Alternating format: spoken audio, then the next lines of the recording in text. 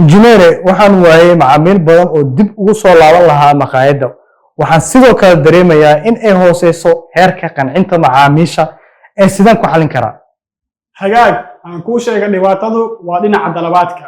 macaamiisha waxaa ka soo daaha dalabkoodii, taasina waa tan sababtay inaad lumiso macaamiil badan. Maxaan ku xalin karaa injineere?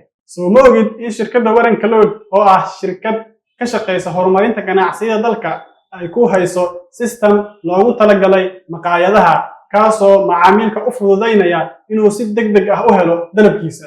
Suurtagal ma tahay in kabalyeeriga uu la socdo dalabka macaamilka isagoo la aadin jikada?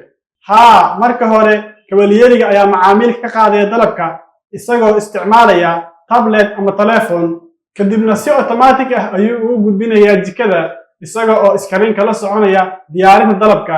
waxaa halkaasi ka baxaya inuu kabalyeeriga ka mashquulo macaamilka maadaama uusan jikada dalab u qaadaynin. Jikada in iskriin la dhigo maxay uga duwan tahay printer in la dhigo? printerku si toos ah ayuu jikada u gaarsiin karaa dalabka, laakiin ma ogaan kartid inta dalab kasta lagu diyaariyey. Waan ku fahmay. Si aan u tago xagee buu ku yaalaa xafiiska shirkadda? wuxuu ku yaalaa xafiiska shirkadda Waran Cloud, laamiyaraha Soobe, kasoo horjeedka wasaaradda waxbarashada.